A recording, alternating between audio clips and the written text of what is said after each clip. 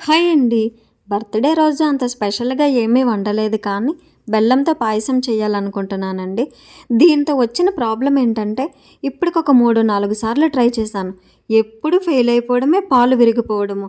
అబ్బా! అసలు చాలా చిరాకు పడిపోయి, ఈసారి మాత్రం రాకపోతే మరి దీనికొక దండం పెట్టేయాలనుకుంటున్నానండి.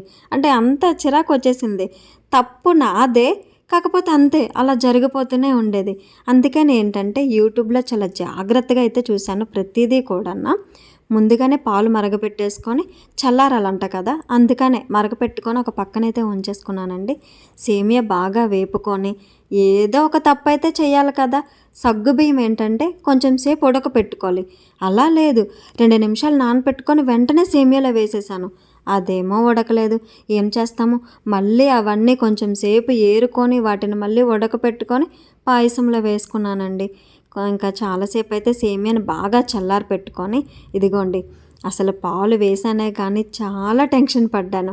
కానీ ఏమీ కాలేదు. చాలా అంటే చాలా బాగా వచ్చింది.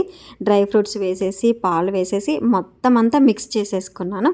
టేస్ట్ అయితే భలే ఉందండి. ఇదే మరి ఈరోజుటి వీడియో. Bye bye.